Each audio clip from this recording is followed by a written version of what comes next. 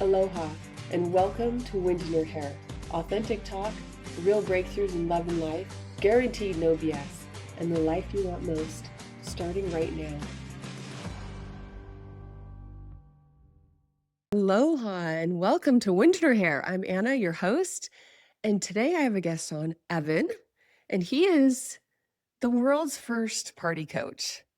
I'm sure you're wondering, what is a party coach? We're going to dive into all of that and all about personal growth and authenticity.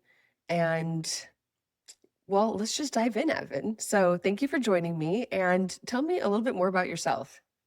Yeah, thanks for having me on. And my first question to you, so think about it while I'm introducing myself, is what does party mean to you now? Maybe how has party changed for you over the years? But for me, I was a nerdy kid growing up in the Midwest who was all in my head all the time. And when I got to college, found like fraternity and party scene and just finally felt like I could belong anywhere. And of course, alcohol and substances made their way in. But I moved to New York and LA. I worked in music and was just always partying. I was at a rave or a bar or a party and music every weekend. And I loved it as those substances and alcohol got in the way. And after the pandemic, started to just reinvestigate do we need these substances to party? And I went off and partied completely sober for 2 years, went to hundreds of festivals, and sort of found that within all of us, there's this party within us, and it's going to look different for every person. What your party within is different from mine. And so in a world where everyone right now is feeling disconnected and lonely and are having trouble connect, I like to use partying as a way, as a portal into let's get out of our heads into our bodies and party, even if that doesn't look like what partying used to be. hmm I love that. This is new to me. A few different things jump out at me. Number one, I used to want to help coach people how to have fun because my podcast, Wind in Her Hair, is not just about literally rolling down the windows and getting wind in your hair. It means really like having fun, living Yeah. fully.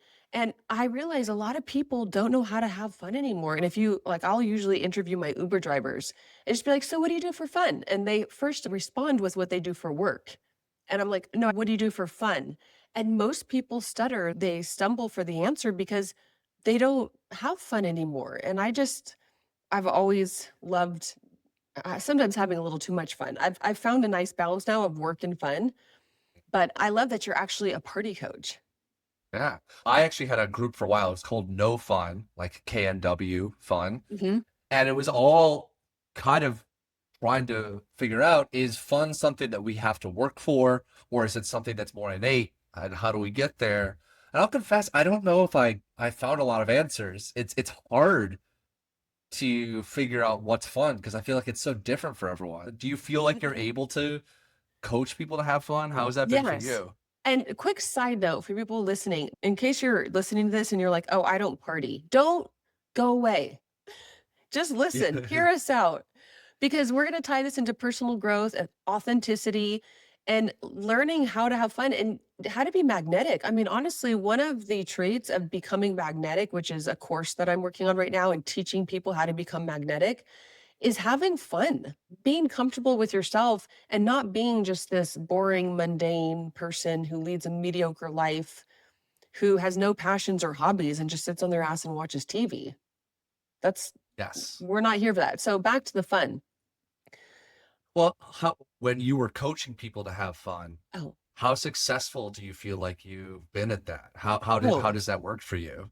actually, no, I didn't succeed because I never started, but Oh, I wanted to. I thought I need to coach people on how to have fun because people don't have enough fun. And you did mention it's an eight. Are you familiar with the Enneagram? mhm. Okay, so I'm an 8, 7 on the Enneagram, 8 wing seven. Sevens are the enthusiasts, the I'm a adventurers. seven. So, oh, you're seven. Okay, so I'm an 8 wing 7. So I'm a natural leader slash fun person.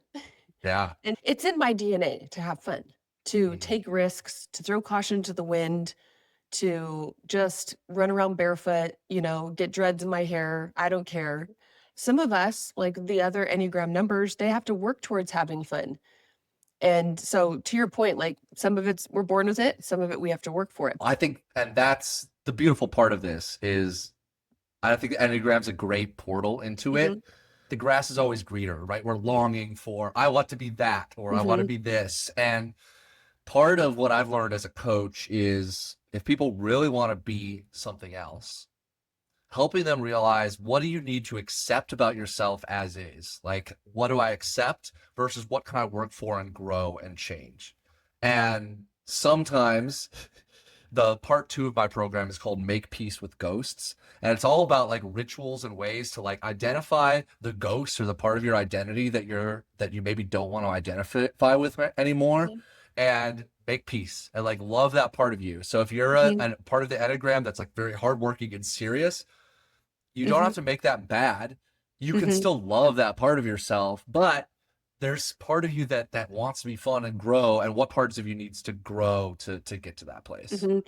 For example, the fives are the analytical ones, and they tend to be very introverted and like their alone time. Exactly what you're saying is like some people are not born with being fun and they have to accept, okay, I'm not naturally this person, but what can I do to work towards this direction? Yeah, and that's why I like using partying as, it's kind of like being in the arena, because I've spent a long time in personal growth and I've taken the courses and I've done all the seminars, and they're valuable, but what I noticed was I was doing a lot of thinking Mhm. and I wasn't doing a lot of doing. Mhm. And so I stepped into this party coach thing because I think the best way to learn is just exposure therapy and just Mhm. get people out and doing. And so a big thing that I try to work with people, I have this thing called a wellness bender, which is Mhm. a 21-day habit challenge. It's kind of Mhm. like 75 hard, but it's 21 days. But it's all about using wellness to kind of, instead of reaching for things outside of yourself, how are you creating the party within? So I have people, the first thing they do is start the day with like a cold shower or even cold water on your face, Mhm. and starting with like a little discomfort, and then dancing for 3 minutes alone in your apartment. Then starting to call friends, cold calling people. Yes, you need to call people. Then complimenting strangers. And there's this whole series of 7 habits that, as you start to practice these things, these very small things, they start to add up to things in our body so that we're not thinking about, I'm exhausted, but it Mhm. builds this natural energy inside of us. So pretty soon by day 15, 16, by people that are on this challenge, they feel magnetic. They feel Mhm. like people are just attracted to my energy. And it's because you've been Mhm. making all these small changes on a day-to-day basis that are starting to bring that energy into you. And I love that because what I teach people is that in order to build confidence, you have to keep the promises to yourself. And that's what you're teaching your people is keep the Yes. promise. I do a cold plunge every morning and my 14-year-old son is here and I'm forced to get in there because I Yeah. said it's not just about the dopamine and it decreases inflammation, all these other positive effects, but it helps you regulate your emotions and it helps discipline your mind. I said, when you can get into a cold plunge and not freak out and regulate your emotions and just breathe, then you're learning discipline. You're learning to become a better version of yourself. And then when you do feel strong emotions, you're able to control them. So when you start keeping the promises to yourself, like I promised today to call one friend and to say something nice to a stranger, that builds confidence and confidence builds magnetism. And you notice when you walk into a room, you can feel people's energy. And the people who are confident, you're drawn to those people because it makes you feel comfortable. The ones who are insecure and not confident, it's so awkward to be around those people. When we first hopped on this podcast, I just saw your energy. I was like, oh my gosh, you're like the first person I would walk up to at any party, and I'd be like, let's like we'll be on the dance floor, and I just know that that's you'd accept that type of energy, you know. And I wish people that want to feel that realize just how, I believe, and I've seen it happen. Like anyone can cultivate that in themselves if they Mhm. start taking these small actions. Mhm. And I think a huge part of building confidence and doing what you're teaching is probably teaching people to go do things alone, right? Yeah, to start. Yeah, Yes. to So start. yeah, the first 4 stages of this 7 stage process called the party within are somewhat alone through the wellness bender. And then the last three um, are called Find Your Tribe and Host Your Mhm. Ceremony. Mhm. And so it's about kind of cultivating who are the people that you want to be a part of your tribe. How are you collecting a group? So I have 7 archetypes that are similar to the Enneagram that I have people that are sorted to as kind of like the nurturer, the wild card, and there's party archetypes that everybody Mhm. has. And so helping to build a tribe around that and then developing some sort of a ritual or ceremony. I hosted a moon circle in Venice Beach for like 2.5 years. And so I would invite everyone to come. That was my version of a party because I Mhm. wanted something to do during the day. And so we would have this ceremony and it kind of turned into music and a party at the end of this moon circle we would do. So helping people figure out what is that ceremony for them so that they don't feel like they're doing things alone eventually, but you kind of have to Mhm. start there. Well, I was just writing down because I wanna ask you a question later that you just said, Yeah. but I just did a solo podcast episode before this about solitude and how I didn't realize this, how important it is to be able to do things alone and not feel like you always have to need somebody or company to validate you or to make you feel important or loved. But when you enjoy your own company enough, that causes a lot of transformation in people's lives. And it's not something that I even focused on for most of my life. I have a strong faith in God, and I was in Nashville, but I did a podcast on the season of solitude in my life and how that season was so beneficial to my life.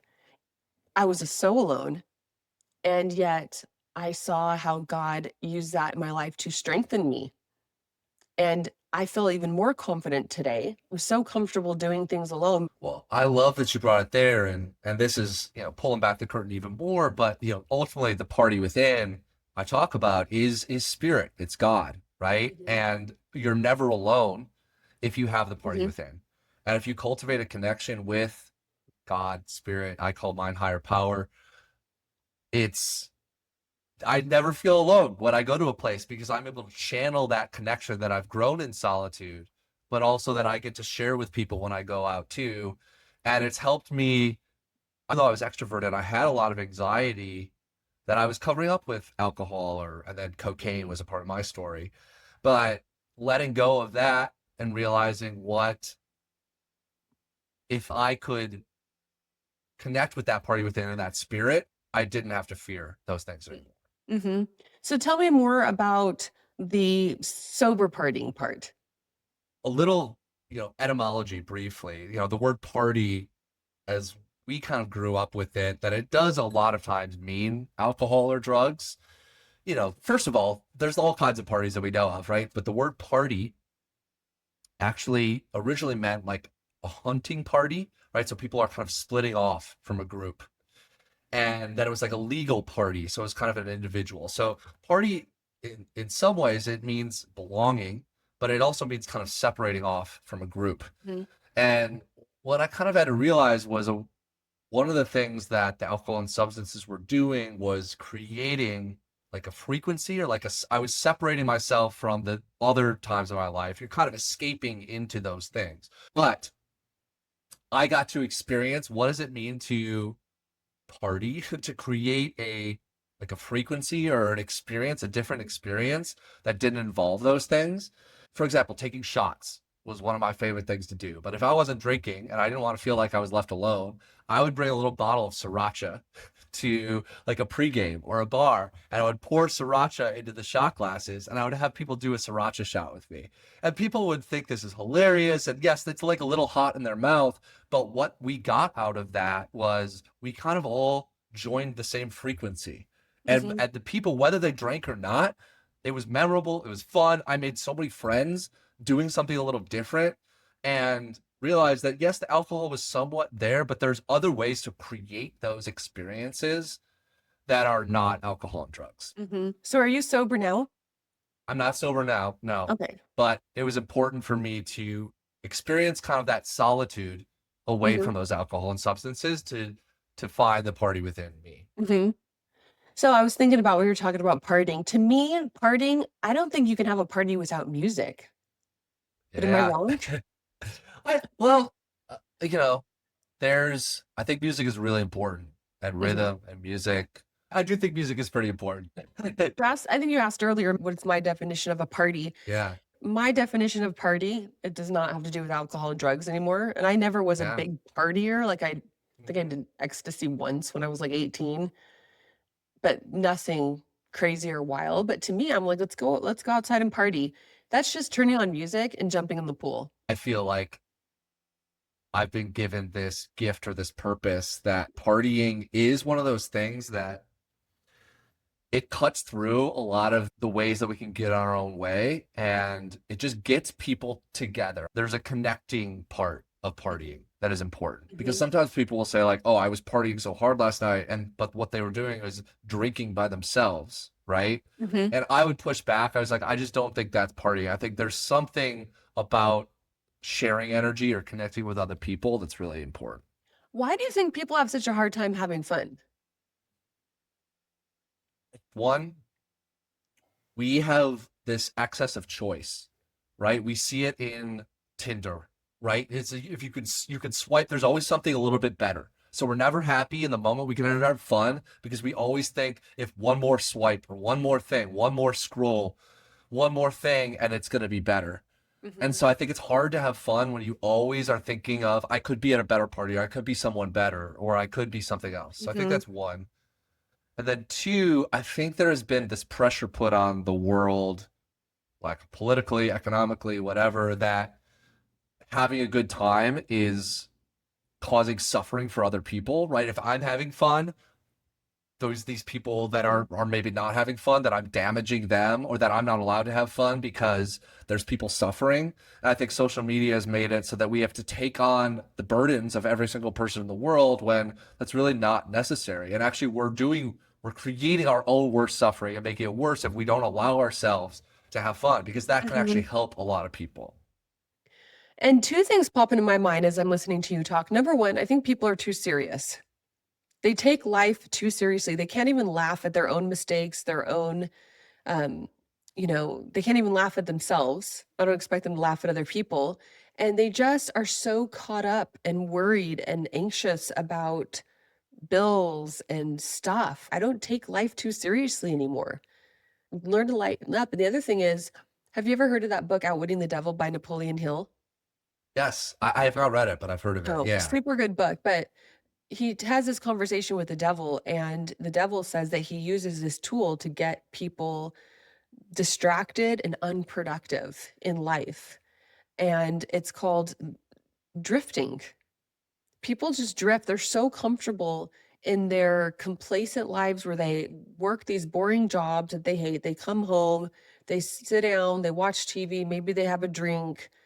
They watch other people live their lives instead of being disciplined. And yeah, it takes a little bit of energy and discipline to get up and to go play pickleball with your friends or to go on the hike around the lake or to go work out. This has become their norm. And I often preach to myself because I'm big on creating new norms in life. Like, you need to let go of your old norm, like the old norm of not partying. And the new norm needs to be partying needs to become a part of all of our lives.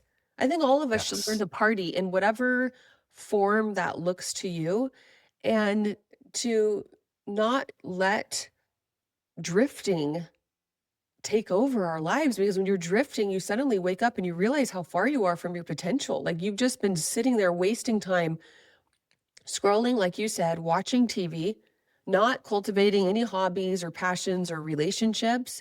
And it's time to get up off of our asses and stop Yes. drifting and start learning how to party.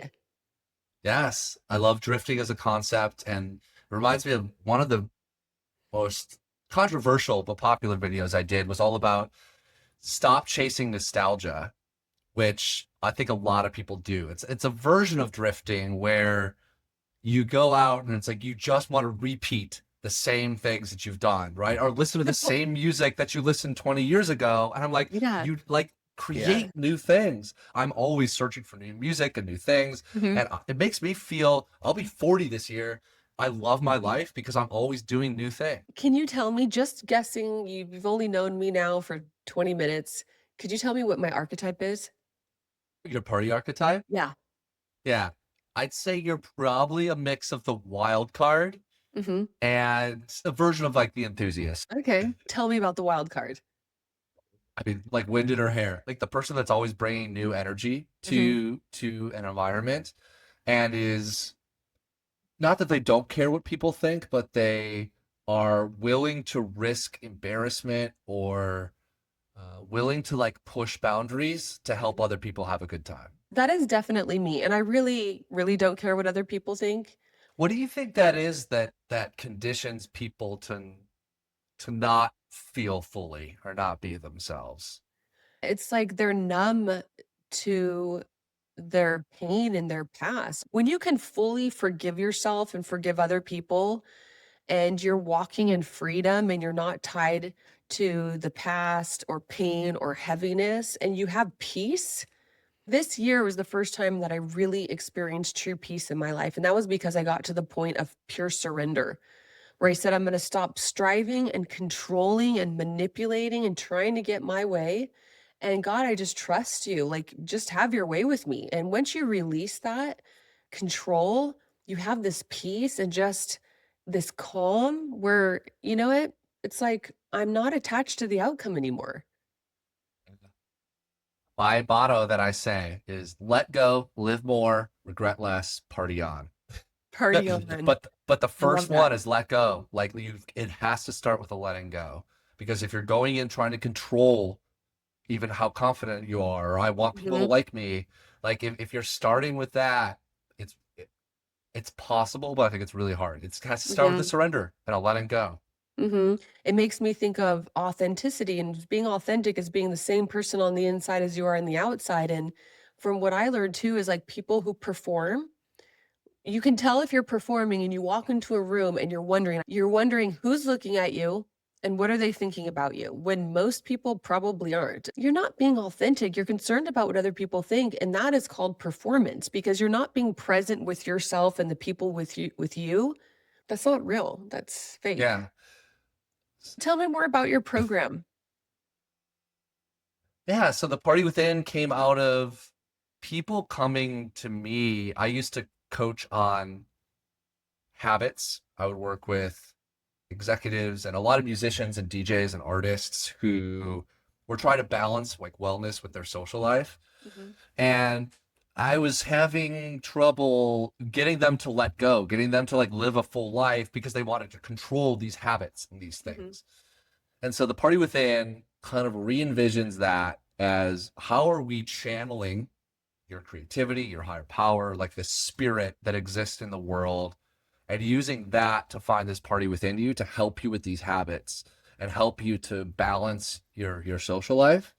And so it's 7 stages. The first one involves a dopamine detox, which is about 72 hours of, turning off your phone, full clean diet, basically walking, you can clean, but it's quieting down mhm, all of the noise in the world and starting from a place of what is this party within me that, and this was often one of the more difficult phases for people mhm. to be quiet and to listen to what their body's trying to tell them.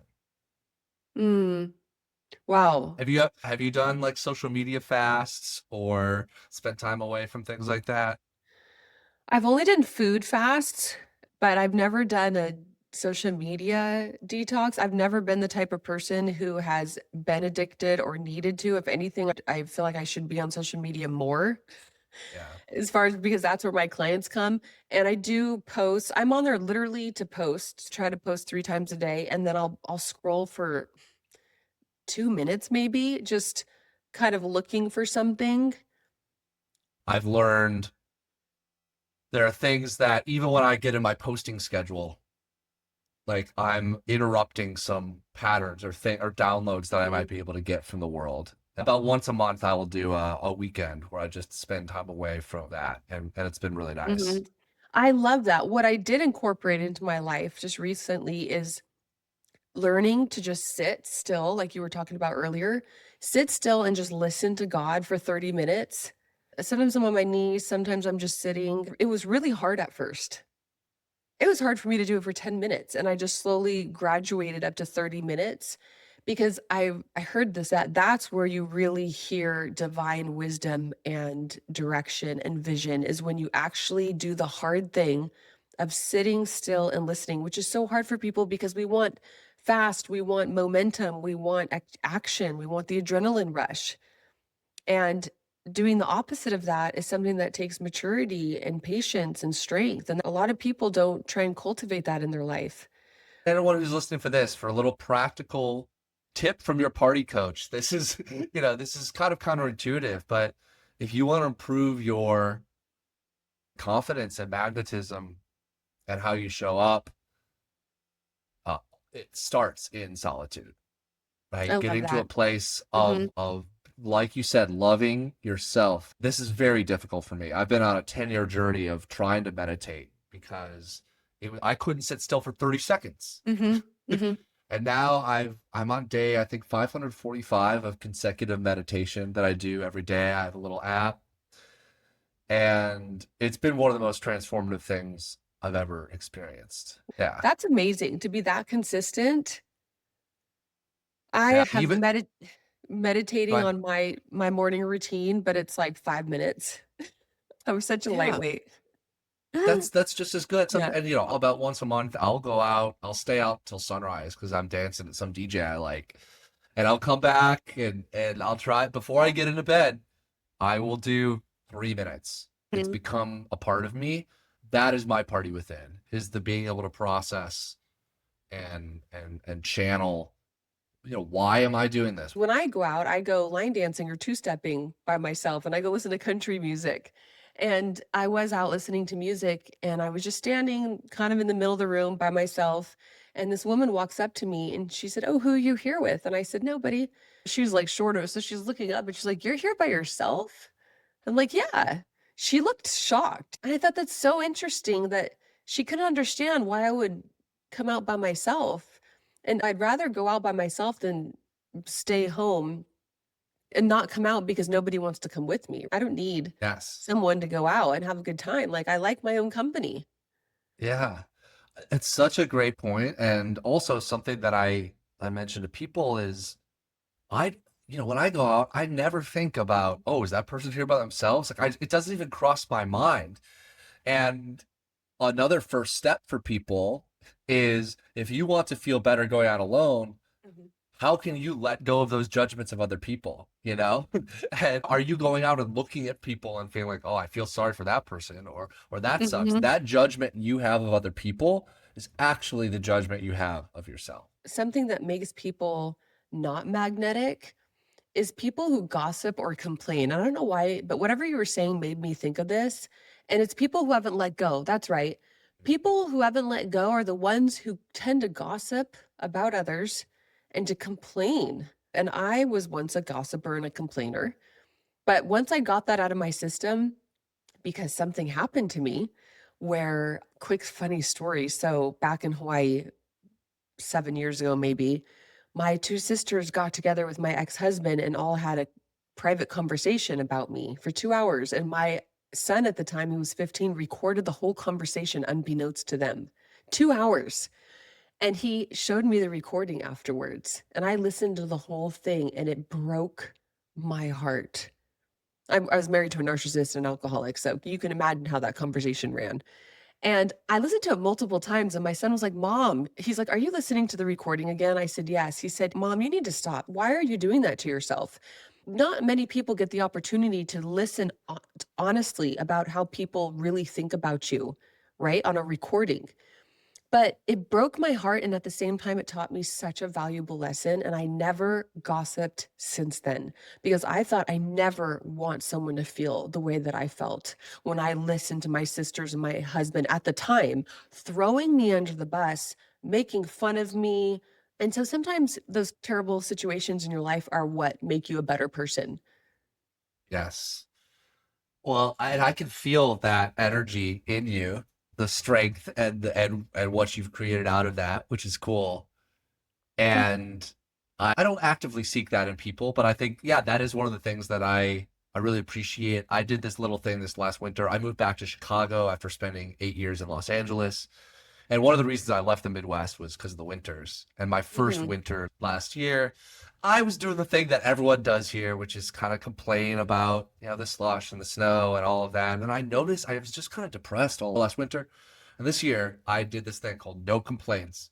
So I would post video, I would go out and walk to the gym in the cold. And I was like, no complaints. I love this city. I love being here. No complaints. Whenever somebody would try to bring up the weather, I would just be like, I'm not complaining right now. And I would change the subject.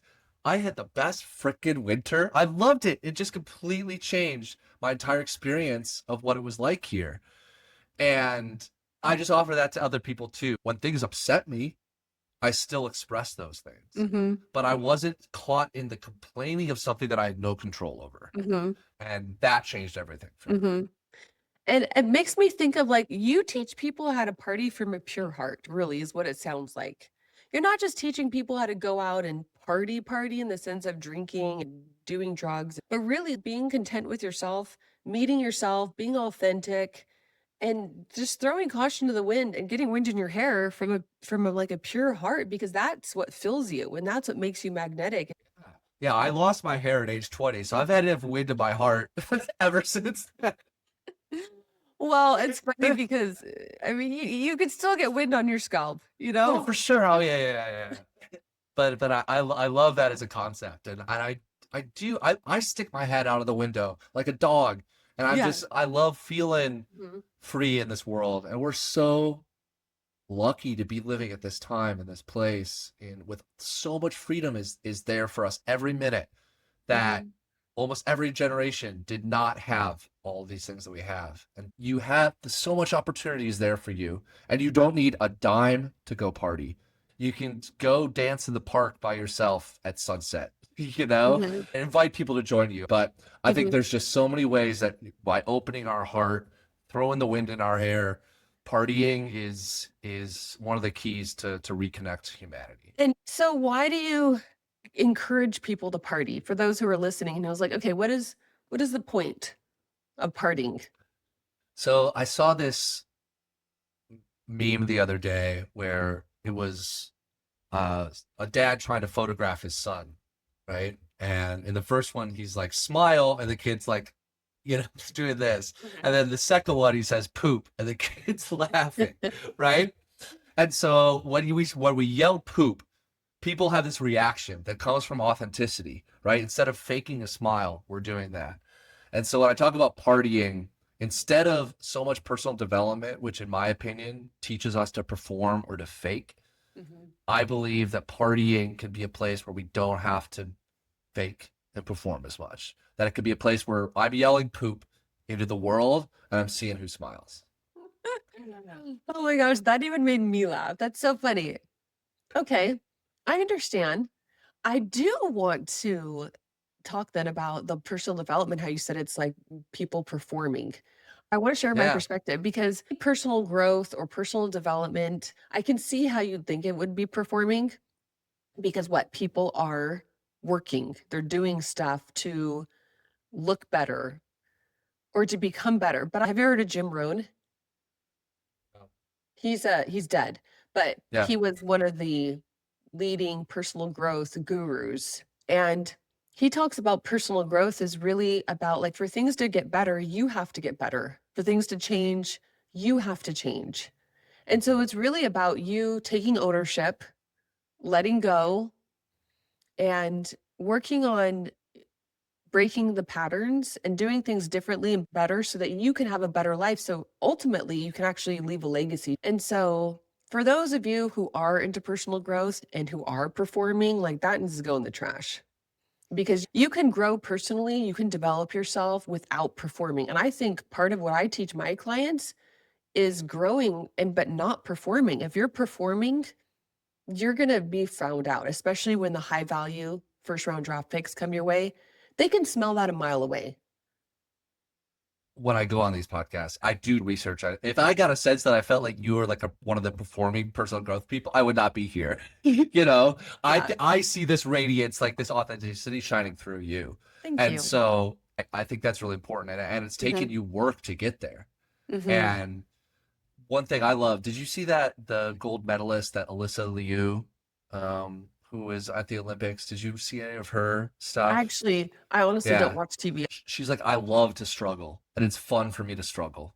And so I think that side of personal growth is really good. And I think part of where my bias comes from, I was in Mhm. Los Angeles, where there was kind of the personal growth on top of Los Angeles. Right. And so a lot of people would get stuck in a type of personal growth that was all about manipulation of the Mhm, world. And so I'm coming in from that bias on my end, Mhm, and just offering that if you feel stuck in that, mhm, there's other options like you out there for mhm. people to find that type of authenticity. Yes, I love that you said that because you're right. I used to live in LA a long time ago, but I can only imagine there's the type of people who do personal growth to get attention. I have my therapist and all this kind of stuff that they brag about because they want to come across as this healthy whole person. When really, they tend to be the most broken. I don't know how much more time we have, but Mhm. I do one thing Yeah. that I like about partying, Mhm. and I've had the experience that when I've been at my most broken after my mom died, Mhm. after I've had friends overdose, I've lost companies, I've lost everything multiple times. The party was there for me to still be messy and I could still belong. Mhm. And I didn't have to fix or change anything about myself. I could just show up and dance and be in the Mhm. party. And that's why I like partying is because optimally, yes, personal growth should be a place where we can show up and we can be broken. It's not always going to be available for us. And in my experience, there's always going to be some place that you can party where it's okay to be broken and just be yourself and be messy with other humans. And that's the beauty of the party to me. And so we'll close with this. For for the people who don't typically party, what's another version of partying for them? Like, imagining some people, maybe they're like, "I don't party," but what can they get out of this? Yeah, so I encourage you get to redefine the word yourself, but if party means to participate or take part in, I was a sculpt yoga teacher, so I taught sculpt yoga with music. There was a lot of moms and people who did not party at all, but they loved showing up to dance, to do sculpt yoga. So can fitness be a party for you? Whatever that fitness looks like for you. Mhm, If you have a group that goes walking on Friday mornings and the way that the sun it filters through the trees and it hits your face in the morning, like, can that be the party for you? Are you taking mhm. part in life in a way to you that feels like I'm taking part in this life that I've been given? So what I hear you saying really is like partying is being so present in a moment that makes you feel at peace, at home in yourself, and authentic, and just having more of those throughout your day. Yes, love it. Okay. You should do my social media. I love it. Thank you. Um, well, thank you so much, Evan, for being on here and sharing about this topic that I think is unusual, but I think a lot of people would get a lot of value if they could just learn to party more. We need to change the definition of partying because really, partying shouldn't mean going out and getting strung out and drunk. Like, that's not truly partying, that's getting lost. I feel like when you find yourself. Yes. Yes. And So, thank offer to you. anyone, if I had to go on a lot of getting strung out and getting lost Mhm, before I found myself. So don't mhm, shame yourself for those mhm, things. mhm. The party's trying to tell you something. It's trying to tell you you get to find yourself and you're not going to find it here. Right. I love that. And yes, I don't judge people ever. Like, Yeah. I've had my days of partying too, getting drunk and staying up till 6 a.m. in New York City. The SWAT team coming in and, you know, looking for drugs. Oh yeah, I've been there. I love this. And I think where can people find you? Awesome. Well, yeah, just thank you so much for having me on and for the work that you do. And you can find me at partycoach.me. Or if you're on Instagram, TikTok, anything, just search the party coach and I'll pop up. The party coach. Okay. And you can check out his program and learn how to party and find yourself. Beautiful. Thank you. The All party's right. within us all. Yes. Thank you, Evan. Okay. Bye.